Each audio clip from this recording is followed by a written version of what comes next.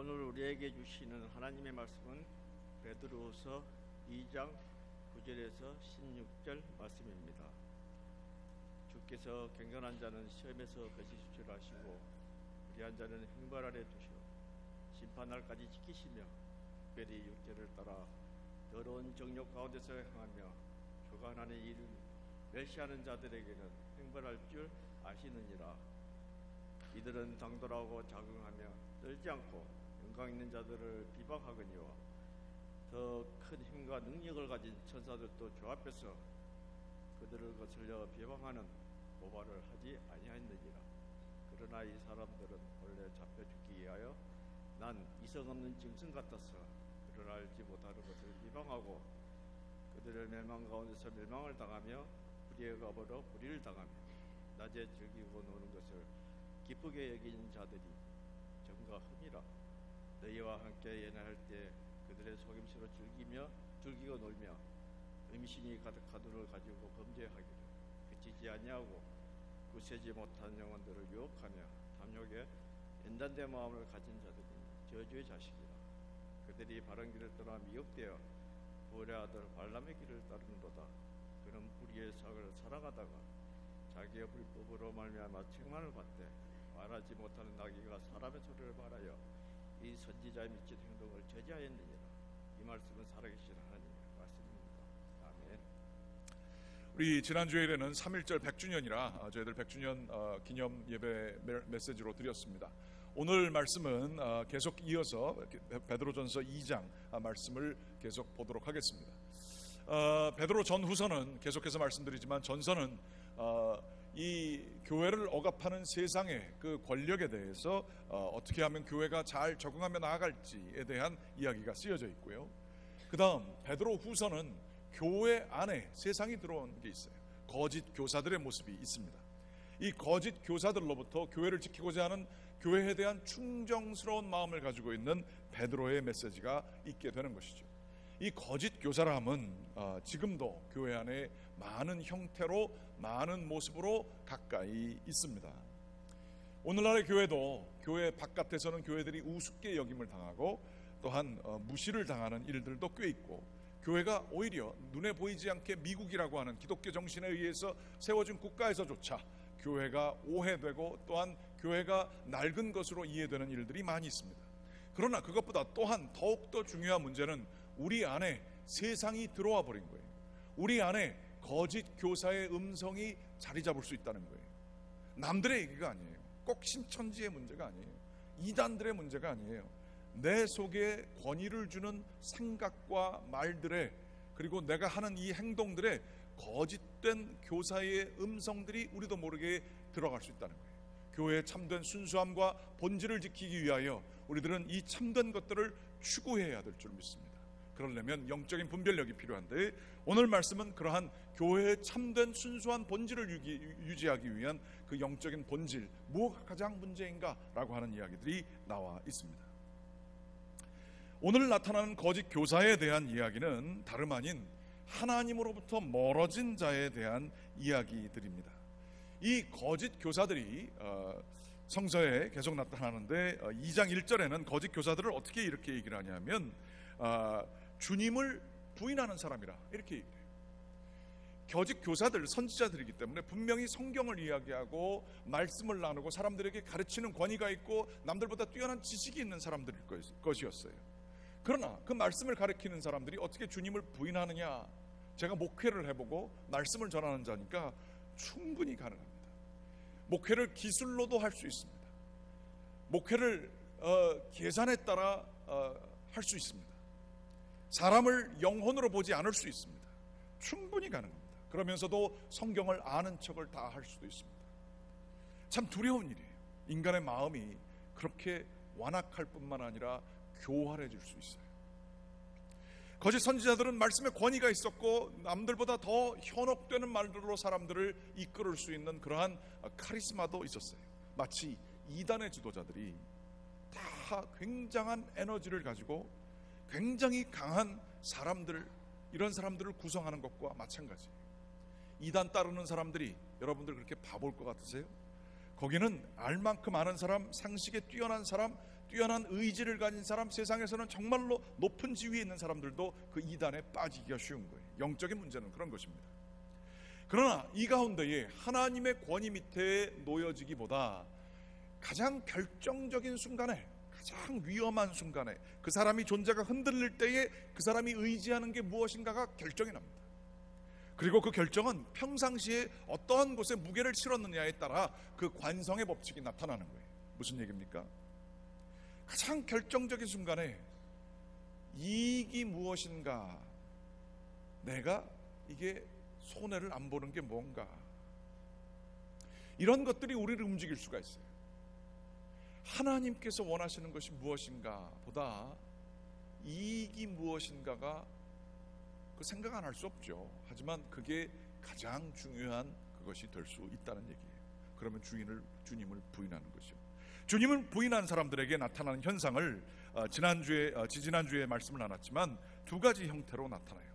호색과 탐심과 방탕하는 마음입니다. 호색이라는 게 뭡니까?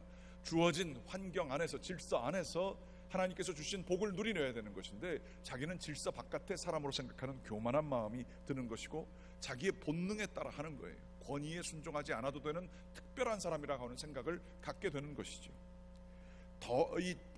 방탕이라고 하는 것도 오늘 말씀 이 방탕이라고 하는 것도 다른 게 아니라 마음대로 하는 거예요. 탕진해버리는 거예요. 질서를 따라서 이 자리에 요게 있어야 되고 이 자리에 요게 있어야 되고 하고 하는 삶을 사는 게 아니라 아주 널브러지게 시간 관리도, 집안 관리도, 관계 관리도 마음대로 가서 하는 거예요. 복잡하고 어려운 거 있으면 치우지 않는 거예요. 필요할 때 그냥 원하는 것만 하는 거예요. 방탕하는 거예요. 자원들이 우리에게 주어진 게 있어요. 시간뿐만 아니라 우리에게 자원들이 있는데도 원하는 만큼 쓰는 거예요. 사람들 앞에서 바른 것들이 있어요. 양심의 소리 듣지 않는 거예요. 양심에다가 아주 물을 뿌립니다. 나중에 좀 나옵니다만 탐욕에 연관된 마음이 있어요. 욕심에 따라가는데 그거에 대해서 이제 찔림도 없어요. 연단되어가지고. 그런 마음이 방탕의 마음이에요. 또한 가장 중요한 것은 탐심입니다. 이 모든 것들이 가능하게 되는 가장 그 드라이빙 포스가 뭐냐 하면 탐심이에요. 이 더 가지고자 하는 마음, 그러한 그 열정이에요. 욕심이에요. 지나친 욕심이라 볼 수 있습니다. 에베소서 5장 5절은 이 거짓 교사들의 이러한 메시지들, 이 음행, 호색과 방탕과 이 탐심을 일컬어서 우상 숭배라고 얘기하고 있습니다. 같이 한번 읽어보시겠습니다. 너희도 정녕 이것을 알거니와 음행하는 자는 더러운 자나 탐하는 자 곧 우상 숭배자는 다 그리스도와 하나님 나라에서 기업을 얻지 못하리니. 하나님으로부터 끊어진 삶이에요. 구약에서는 바알신이 탐욕의 상징물이었습니다. 그러나 신약에 와서는 바알신이 없게 되었을 때에 신약은 분명히 에베소서뿐만 아니라 요한 1서에도 보게 되면 다 뭔 얘기하다가 우상을 금지하라라는 얘기를 하고 있어요.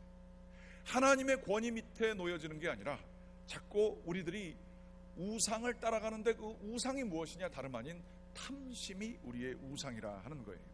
바로 거짓 교사들의 가장 큰 문제가 탐욕과 방탕, 이 탐심이었다라고 하는 것인 것을 볼 수가 있습니다. 그러면 이 탐심들, 오늘 말씀 10절 말씀과 10절 말씀을 같이 한번 읽어보시겠습니다. 10절 말씀 시작. 특별히 육체를 따라 더러운 정욕에 행하여 주관한 이를 멸시하는 자들에게 형벌할 줄을 아시느니라. 이들은 당돌하고 자긍하며 떨지 않고 영광 있는 자들을 비방하거니와. 거기까지만 보겠습니다. 네. 신천지라고 하는 그룹이 아주 이단 중에서 이런 이단이 최근에 없었지요. 약한 교회들을 공략을 합니다. 한 100명 미만의 교회들 한국에서 공략을 하는데 맨 처음에 한두 가정에 가서 헌금을 무지하게 하고 모든 집회에 다 참여한다는 거예요. 그래서 목사님의 선호를 얻습니다. 그런 다음에 사람들을 한둘씩 아주 모범적인 신앙이니까 이렇게 받아들여요. 그래서 그 사람들을 데리고 목사님이 우리 좀 말씀이 좀 약하니까 다른 데 가서 성경 공부 좀 합시다. 그리고 이단 있는 데서 가서 성경 공부를 하는 거예요. 여러분, 이단이 바보 같은 얘기를 하는 사람들이 아니에요. 놀라운 아주 지식을 가지고 이 사람들에게 딱 맞는 구절들을 주며 이 사람들을 뭐 서베이 한다 그러고 뭐 이런 거 한다 그러면서 이 사람에게 필요한 것들을 알아내서 이 사람의 약점에 맞는 그런 메시지를 딱 맞게 준비해서 준다는 거예요. 그래서 사람을 포섭해서 같이 이렇게 한 팀이 되고 영적인 것들을 나누게 되면, 교회가 약하고 목사님이 조금 약하다 그러면 사람들에게 이제 선동하는 거예요. 아유, 목사님 좀 바꿀 때가 되지 않았어? 목사님 이런 부분이 약하지 않아? 그러면서 선동을 하게 되는 거예요. 오늘 말씀해 보게 되면 주관하는 이들과 영광 있는 자들을 비방한다, 이런 얘기가 나와 있어요. 그러면서 목회자에 대한 반대 의견을 다 조성을 해요. 그리고 목회자를 따르는 사람들의 마음도 다 조성을 하는 거예요. 그러면서 할 것들은 다 하는 거예요. 사람들이 존경하고 그 열심을 찬양하고 이러다가 홀라당 목사님 내쫓고 그 건물까지 다 해가지고 이단으로 다 넘어가게 하는 일들이 있고, 이거를 교육으로 파워포인트 같은 걸 쓰면서 가르치는 게 신천지예요. 끔찍합니다. 이 사람들은 굉장한 에너지 레벨을 가지고 있어요. 열정적이에요. 사회에서 핍박받으니까 더 높아져요. 욕을 하면 할수록 더 높아져요. 거기엔 젊은이들이 그렇게 많아요. 아주 과격하니까 젊은이들은 센 거 좋아합니다. 아주 에너지 레벨 높은 거 좋아합니다. 그게 진짜 같습니다. 진짜니까 사람들이 이렇게 흥분하지. 걔네들을 다 동원을 시켜다가 기독교 방송에서 신천지를 비난하는 방송을 하니까 10,000명을 동원해서 거리를 다 막고 미친 듯이 질서정연하게 마치 그 북한에서의 열병식처럼 그 기독교 방송국을 욕하는 것을 사람을 동원을 시켜요. 저는 한국 사회가 이렇게 된 것은 이단들의 이 악한 모습도 잘못이지만 한국 교회 안에 이미 이 탐욕이라고 하는 것들을 한국 교회는 잘 관리를 하지 못했습니다. 한국 교회에서 주로 얘기하는 것이 주초에 대한 문제예요. 주초, 담배와 술, 이거 많이 하면 건강도 안 좋고 요즘에 상식적으로 이것들을 많이 권장하는 사람들이 별로 이제는 많지 않아요. 하지만 그것보다도 더 중요한 성경의 우상 숭배와 같은 주의해야 될 것들이 있는데, 이것이 탐심이라고 하는 부분이에요. 이 탐심, 이것이 가장 쉽게 드러나는 것이 돈의 문제죠. 돈의 문제일 뿐만 아니라 권력의 문제였었어요. 그러나 한국 교회는 주초 문제는 잘 관리했을지 몰라도 탐심을 통하여 돈과 권력의 문제에 오히려 목회자들을 중심으로 더 앞장서서 십자가를 얘기하지만 십자가가 금 십자가가 되어버린, 그리고 십자가가 영광이 되어버린, 장식물이 되어버린 그러한 일들이 많이 있었던 거예요. 이러한 탐심들을 사용하랍니다. 그런데 교회에 다니다 보다 오래된 교회에 다니게 되고 말씀을 보다 보면 교회가 이런 것에 맞춰서 늘 부흥하고 늘 잘 될 수만 있어요? 그런 거 안 돼요. 그러면서 마음이 좀 떠날 수도 있고 신앙이 좀 메말라질 수도 있고 가라앉을 수도 있고 교회에 안 좋은 일들도 생길 수가 있어요. 사람들은 여기서 영적으로 방황할 수도 있죠. 이러한 것들을 틈타서 이 탐심을 계속해서 사람들에게 자극을 하면서 사람들을 들어오게 하는 거예요. 그러면서 제일 먼저 하는 게 이 목회자들에 대한 주관하는 이들, 뭐 이러한 것들을 흔드는 일을 하게 되는 거죠. 다름이 아니라 바로 이 베드로 후서에 있는 교회들에게 거짓 선지자들이 들어가서 그 현혹되는 말들과 메시지로 그 주관하는 자들을 멸시하고 영광에 있는 자들, 이게 천사인지 아니면 다른 건지 몰라도 이 사람들을 비방하는 얘기를 해서 자기네의 세력을 모았던 것을 볼 수가 있어요. 지난번에도 말씀드렸습니다만 이러한 문제들이 지금 이단이 많아져서 개신교가 제일 큰 종파가 되었다는 거예요. 저는 이 이단들도 문제지만 이단의 모습을 걸러낼 수 있는 교회의 참된 메시지들이 이 탐심에 대한, 우상 숭배에 대한 메시지들이 제대로 이루어지지 않았다는 그러한 생각을 해보게 됩니다. 그러면서 우리 가운데 있는 그러한 모습도 한번 생각해 보게 돼요. 권력의 문제예요. 내가 인정받고 내가 잘되고 내가 정말로 귀한 존재인지를 인정을 받게 되면 그거 괜찮아요, 교회 안에서. 그렇지만 그렇게 되지 않을 때에 사람들은 여기서부터 상처를 받게 되죠. 저희 아버님 교회에 어떠한 분이, 권사님이 계셨어요. 그런데 그분이 어찌된 일인지 연세도 되셨고 했는데 교회에서 그렇게 큰 인정을 받지 못하셨어요. 그래서 교회는 그 선대 때부터 나왔던 아주 오래된 그 교회를 지키는 교회인데도 마음속에 불편함이 있었던 것 같아요. 이분이 아주 아시는 것도 많고 다 그런데 세상적으로는 좀 아주 좀 겉으로 드러날 만한 잡도 없으셨어요. 그러니까 여러 가지로 힘드신 그런 면이 있었죠. 그랬더니 신천지가 이분에게 제일 먼저 접근을 합니다. 그리고 성경 공부를 시키고 이렇게 하면서 이분이 거기에서 리더가 되고 또 그 교회에 있는 같은 사람들을 끌고 가고 이러한 일들이 일어났어요. 그분의 가장 약한 남들에게 인정받지 못하는 부분을 사용을 하는 거예요. 그리고 이분의 탐심을 건드리는 거예요. 그러면서 교회에 대한 비판을 가합니다. 그러면서 진짜는 따로 있다라고 계속 얘기를 하게 되는 것이죠. 여러분들은 어떠세요? 거짓 교사, 거짓 선지자라고 해서 이러한 신천지만 있는 게 아니라 우리 가운데에도 이 탐심의 문제, 우상 숭배의 문제가 잘 관리되고 있나요? 저도 말씀을 준비하면서 예전서부터 가졌던 생각입니다만 요즘에 많은 생각을 하게 됩니다. 이 감리교회는 감리사님들이 있고 감독님이 있어요. 그러면서 제가 목회자로서 혼자만 있는 게 아니라 위에 있는 분들을 이렇게 같이 보면서 지내는데 때로는 제 마음속에 아주 교만한 마음이 들게 되었어요. 그러면서 이 탐심의 문제가 저 가운데 들어오더라고요. 나름대로는 옳은 정의의 문제인 줄 알았어요. 아유, 저렇게밖에 못하나? 저 사람들은 왜 저러나? 이 교회 로컬 처치의 상황을 어떻게 이렇게 모르나? 이러한 마음을 품게 되더라고요. 그러면서 좀 이렇게 좀 해주지, 저렇게 좀 해주지, 이거 눈에 빤히 보이는데 어떻게 이런 것을 무시하고 이렇게밖에 못하지? 이러한 생각이 지나치게 되니까 주관하는 일들을 멸시하는 마음이 생기고, 영광에 있는 사람들이 다 그런 거 아니야, 알고 보면 다 지저분한 거 있고 다 부족한 거 있어라고 하며 비방하는 마음, 다 끌어내리려고 하는 마음이 제 가운데 있는 것을 보게 됐어요. 지금도 그런 성향이 꽤 많이 있습니다만 그런 마음을 가질 때마다 늘 조심하는 게 있어요. 저도 목회를 해보니까 꼭 눈에 보여지는 게 다가 아니더라고요. 그 뒤에 저희들이 모르는 사정들이 꽤 많이 있더라고요.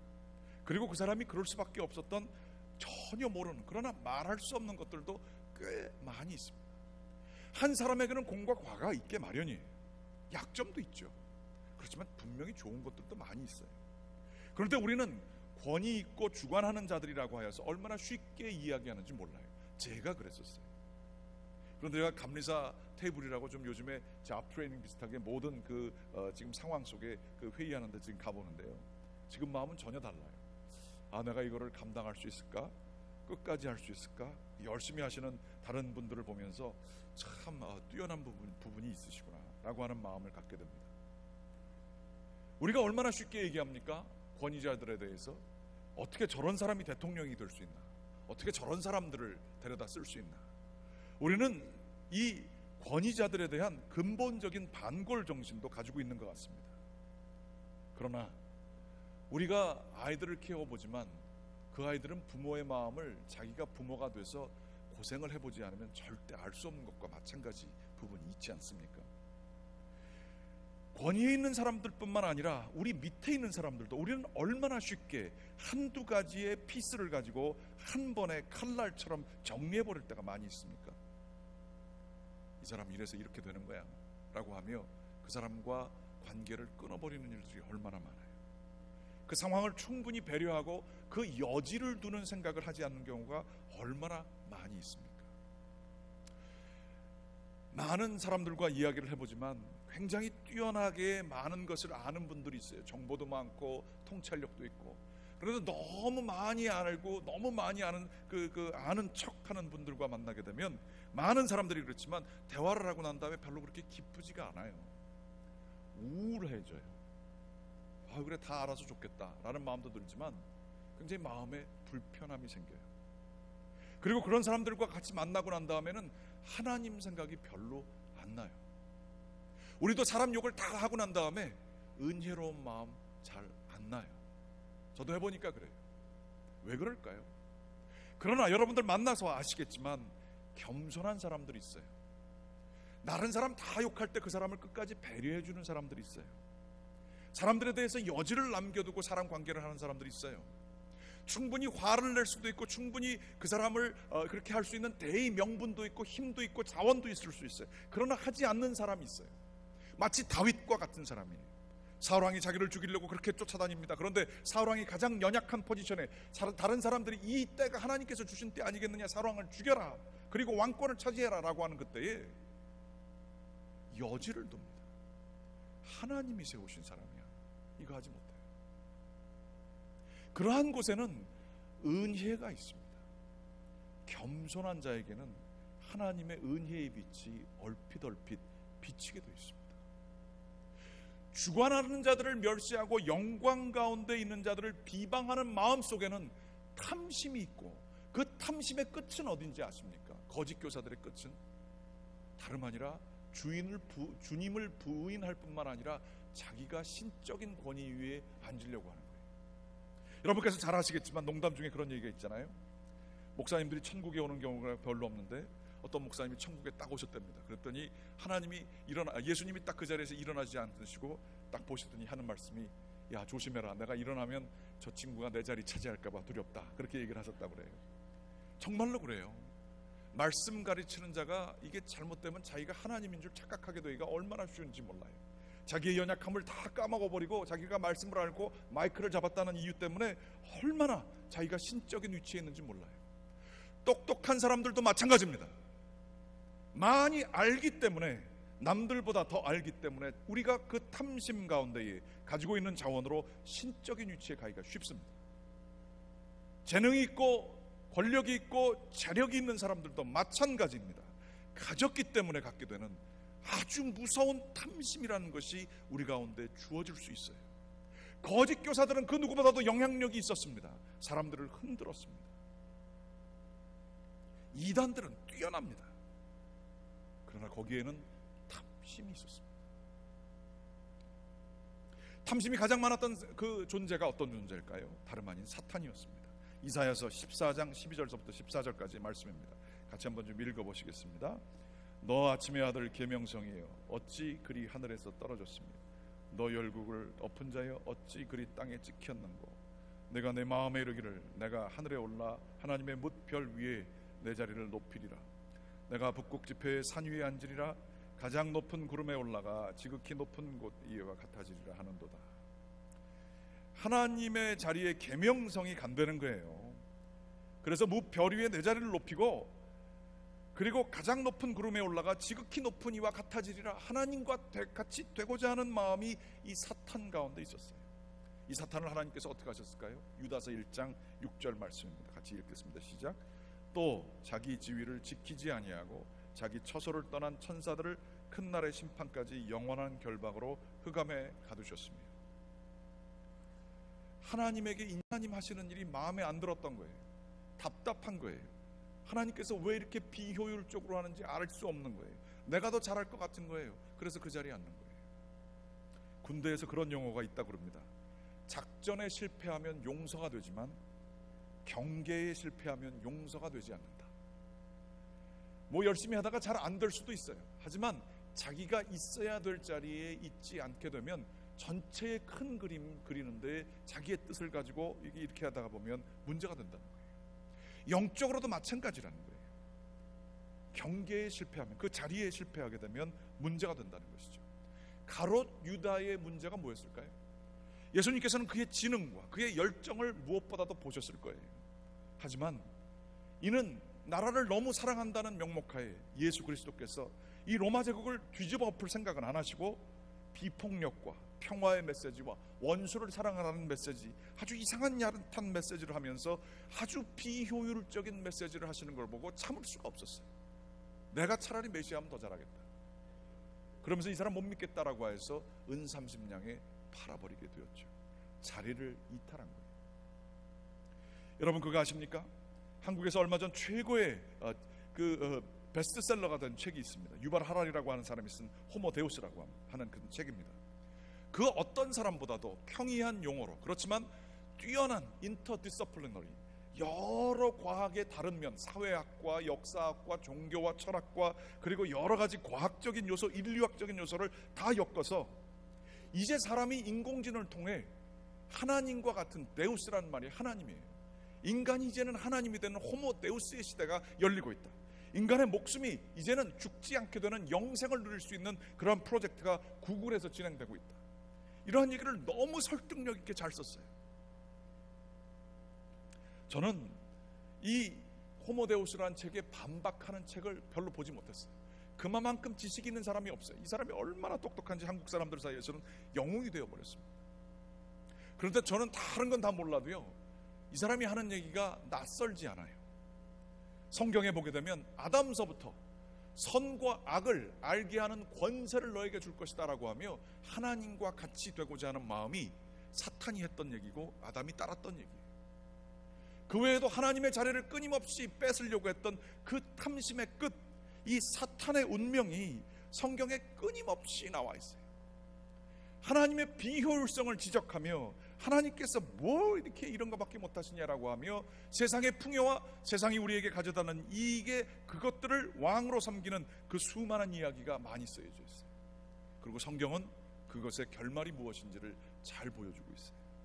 저는 모릅니다. 호모데우스, 그 책을 반박할 능력도 없습니다. 제가 그거 보면서 참 놀랐는데요, 얼마나 주 공격 대상이 뭔지 모르겠어요.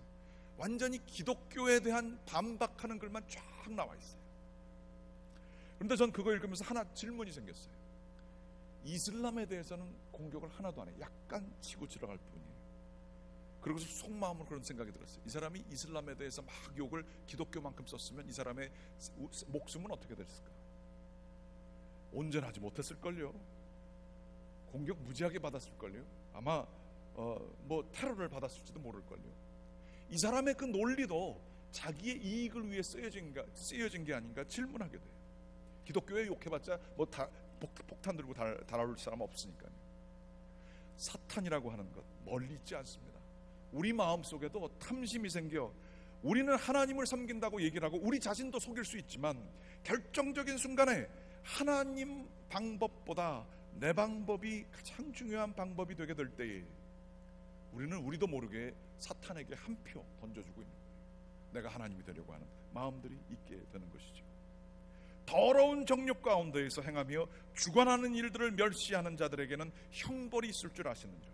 이들은 당돌합니다. 나중에 보게 되지만 탐욕에 연단하는 마음이 있어요. 욕심을 내도요, 그 양심에 거르끼고 아주 좀 얼굴 들기도 그런데 뻔뻔해져요. 당돌하고 자긍하며 떨지도 않아요. 그러면서 영광에 있는 자들을 비방하는 마음이 생기는 것이 이게 거짓 교사의 핵심이고 이것들이 저희 가운데도 들어올 수 있다는 그런 얘기예요.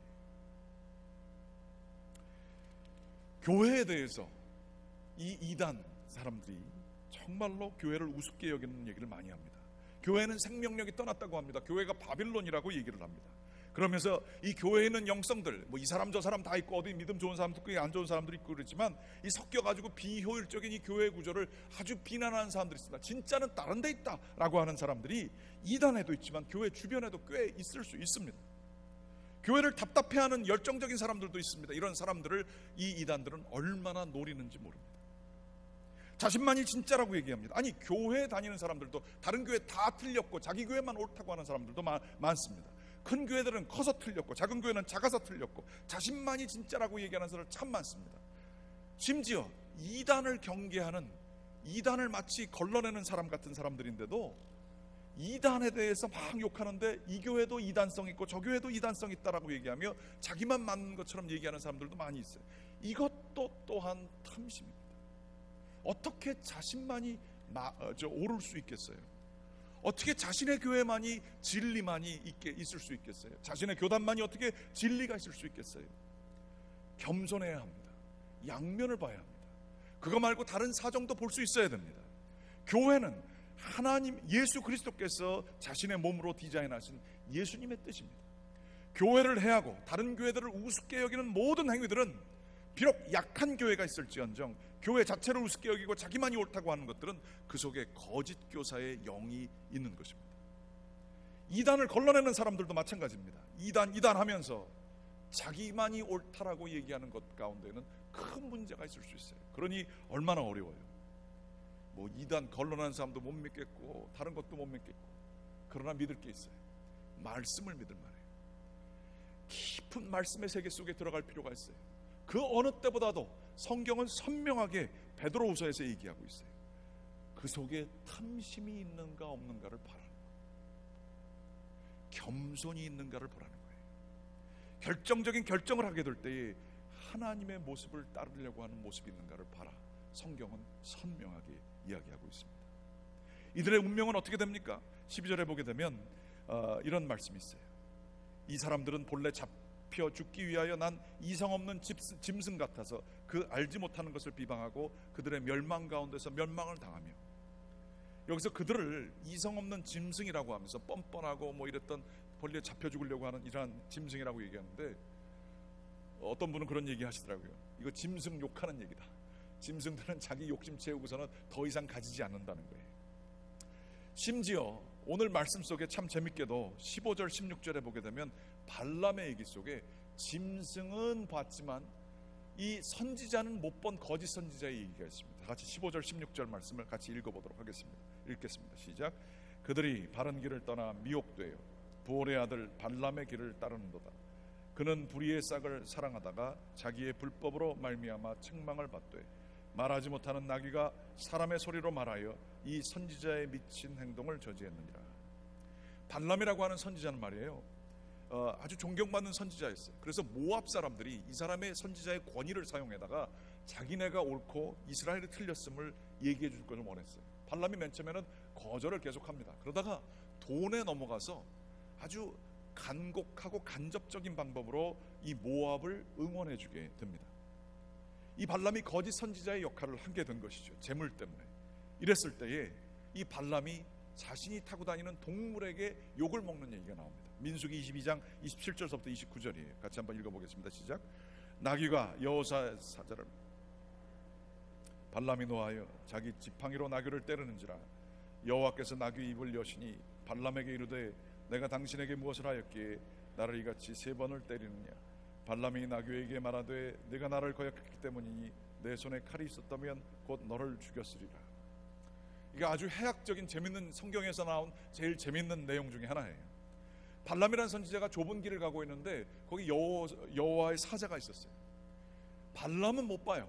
영적인 사람인데 그 정도로 욕심 때문에 눈이 가려진 거죠. 그런데 자기가 타고 다니는 짐승은 봐요. 그래서 나귀가 이쪽으로 피하려고 그러는데 여호와의 사자가 거기를 막고, 그걸 한 3번 정도 하다가 이 나귀가 그 여호와의 사자 앞에서 고개를 팍 숙여버리는 거예요. 갑자기 넘어질 뻔한 발람이 나귀를 때리려고 합니다. 그랬더니 하나님께서 나귀의 입을 열어주세요. 왜 때려? 그러고 얘기를 하는 거예요. 나귀가 그러면서 3번이나 왜 때리냐. 그랬더니 발람이 나귀하고 대화하는 거예요. 네가 나를 거역했기 때문에 때리는 거잖아. 그랬더니 하는 얘기가 이 나귀가 저 여호와의 사자가 안 보이냐, 내가 언제 이런 행동을 한 적이 있었느냐라고 나귀하고 얘기를 해요. 그리고 하나님께서 이 나귀하고 얘기할 때 눈을 뜨게 해서 여호와의 사자의 모습을 보게 하시는 거예요. 여러분, 뭔지 모르지만 급속도로 뭐가 이렇게 욕심에 의해서 끌려갈 때가 있어요. 우리가 살다 보면 돈뿐만이 아니고요, 관계의 문제에서도 그렇고요, 여러 가지로 끌려갈 때가 있어요. 욕심에 끌려갈 때는 하나님이 안 보입니다. 탐심의 노예가 되면 하나님이 안 보여요. 짐승도 볼 수 있는데 여호와의 사자가 안 보여요. 물질적인 것만 보여요. 이게 바로 성경이 이야기하는 얘기예요. 백범 김구 선생님이 이런 얘기를 하셨습니다. 돈에 맞춰 일을 하면 직업이 되고 돈을 넘어 일을 하면 소명이 된다. 돈과 상관없이 사명이라고 생각하게 되는 일들이 소명이라 하는 이러한 얘기죠. 울지마 톤즈라고 2011년에 나온 그러한 그 다큐멘터리 아시죠? 이태석 신부님이라고 하는 분이 있었는데 자기의 몸이 완전히 소진할 때까지 아프리카 수단에서 병원과 학교를 설립하며 원주민을 위해서 헌신하신 분이십니다. 이분 아주 재밌는 뒷얘기가 있어요. 청년 시절에 감옥에 갈 일이 있었다고 합니다. 어떤 이유에서인지 잘 모르겠어요. 저도 전해 들었기 때문에. 어머님이 그 아들을 보러 깜방에 이렇게 오셨는데 찬 바닥에서 자고 있는 거예요. 그러면서 그걸 보고 난 다음에 어머님이 눈물을 흘리고 집에 가셔서 우리 아들이 찬 깜방에서 자는데 내가 어디서 이렇게 좋은 따뜻한 방에서 잘 수 있겠냐. 그래서 불을 다 끄고 찬 그 구들에서 겨울을 나셨다는 얘기입니다. 이것을 있을 때 모르다가 감옥에서 나오게 돼서 얘기를 듣게 돼서 어머니에게 이 신부님이 얘기를 했대요. 아니 어머니 왜 이렇게 쓸데없는 짓을 하셨어요? 그런다고 해서 제가 감방에서 더 빨리 나오게 돼요? 왜 그런 일을 하셨어요? 그러면서 어머니를 정말로 이해를 못했다는 거예요. 그런데 자신이 다른 사람들이 가지도 않는 그 오지에 수단에 가서 아이들을 쫓아다니며 병에 걸려도 그 사람들을 정말로 돌보며 정말 사람들을 섬기고 다닐 때에 사람들이 이런 얘기를 했답니다. 아니 좀 재단을 형성하시고 사람들을 기금을 모아다가 좀 조직적으로 일을 하시면 더 많은 애들을 도와줄 수 있잖아요. 특별히 혼자서 그렇게 몸상하면서 하지 마시고 좀 사람들을 쓰고 사람들을 이렇게 동원해서 하게 되면 몸 안 상하면 더 오래 사역하실 수 있잖아요. 이러한 효율성과 실효성 그리고 경제적인 논리 이런 얘기를 하면서 자기에게 사람들이 얘기하는 얘기가 자기가 했던 얘기라는 거예요. 왜 이렇게 쓸데없이 고생을 하십니까? 쓸데없는 짓을 하십니까? 여러분, 사랑하게 되면 쓸데없는 일들 많이 하게 됩니다. 사랑하게 되면 효율성 따지지 않습니다. 사랑하게 되면 손해보는 모릅니다. 실효성의 문제를 가지고 사탄은 하나님의 자리를 탐했지만 예수 그리스도께서는 하나님과 동등하셨지만 쓸데없이 힘으로 다 하실 수 있었지만 세상에 내려오셨습니다. 세상에서 그렇게까지 고생 안 하셔도 돼요. 십자가 안 지셔도 돼요. 그러나 쓸데없이 자신의 전능한 권세를 다 버리시고 십자가에서 돌아가셨어요. 예수님의 쓸데없는 사랑, 그것을 걸어서 우리는 은혜라고 합니다. 우리는 받을 계산이 안 떨어져요. 우리는 의로운 사람이 아니에요. 우리는 우리가 보기에도 모순적인 사람이고 위선적인 사람이고 틀린 사람들이에요. 남들 욕하는 착각에 빠질 때는 있지만 내가 제정신 들었을 때 나 자신을 보면 우리는 정말로 별로 좋은 사람 아니에요. 그러나 우리를 구해주신 그 쓸데없는 사랑, 그것을 걸어서 자격 없는 자에게 주시는 은혜라고 합니다. 탐심은 이런 것들을 다 없애버려요. 탐심은 실리와 이익과 효율과 합리성을 따집니다. 이래서 틀린 거에 대해서 집중하게 합니다. 그래서 그 사람이 틀렸다라고 하는 얘기를 많이 하게 됩니다. 그리고 자기에게 이익이 안 될 것 같으면 공동체 이런 거 안 보입니다. 내 것만 합니다. 이기적인 개인주의가 탐심의 근원입니다.